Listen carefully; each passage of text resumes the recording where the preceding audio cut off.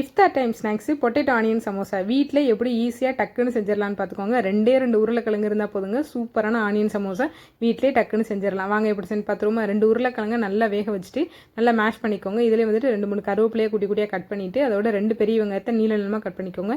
இதுக்கு தேவையான அளவுக்கு உப்பு சேர்த்துட்டு 1 ஸ்பூன் மட்டும் மிளகாத்தூள் சேர்த்து நல்லா மிக்ஸ் பண்ணிக்கோங்க. அவ்வளோதாங்க, ஸ்டஃபிங் ரெடி ஆயிடுச்சு.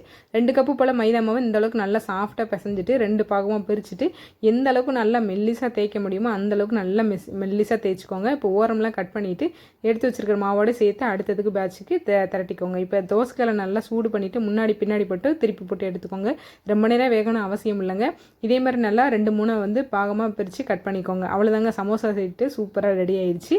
இப்போ மேலே தேய்க்கிறதுக்காண்டி லைட்டாக ஒரு பேஸ்ட் மாதிரி செஞ்சுக்கறணும். அதுக்கு வந்துட்டு 2 ஸ்பூன் மட்டும் மைதா மாவை கொஞ்சமாக தண்ணி ஊற்றி இந்த மாதிரி நல்லா பேஸ்ட்டாக கரைச்சி எடுத்துக்கோங்க.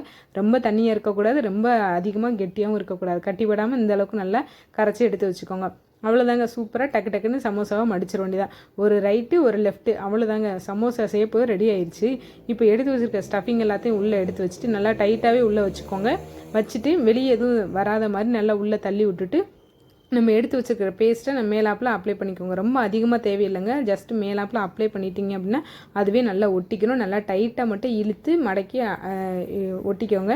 அவ்வளோதாங்க, சூப்பராக ரெடி ஆயிடுச்சுல. இதே மாதிரி எல்லாத்தையும் நல்லா ஒன்று ஒன்றா வந்து தனித்தனியாக எடுத்து வச்சுக்கோங்க. இப்போ எண்ணெய் நல்லா சூடு பண்ணிவிட்டு ஒன்று ஒன்றா உள்ளே இறக்கிற வேண்டியதாங்க. அடுப்பை வந்து மீடியம் ஃப்ளேமில் வச்சுக்கோங்க. ரொம்ப ஹை ஃப்ளேம்லேயும் தேவையில்லை, ரொம்ப சிம்லையும் தேவையில்லைங்க. மீடியம் ஃப்ளேமில் வச்சுட்டு முன்னாடி பின்னாடி திருப்பி போட்டு நல்லா செவக்க போட்டு பொரிச்சு எடுத்துட்டிங்க அப்படின்னா ஒரு சூப்பரான evening time snacks samosa ready ஆயிடுச்சுங்க. பொட்டேட்டோ ஆனியன் வித்து சமோசா பிடிக்காதவங்க யாருமே இருக்க மாட்டாங்க. வீடியோ பிடிச்சிருந்தா லைக் பண்ணி ஷேர் பண்ணிவிட்டு சேனலை சப்போர்ட் பண்ணி சப்ஸ்கிரைப் பண்ணி வச்சுக்கோங்க.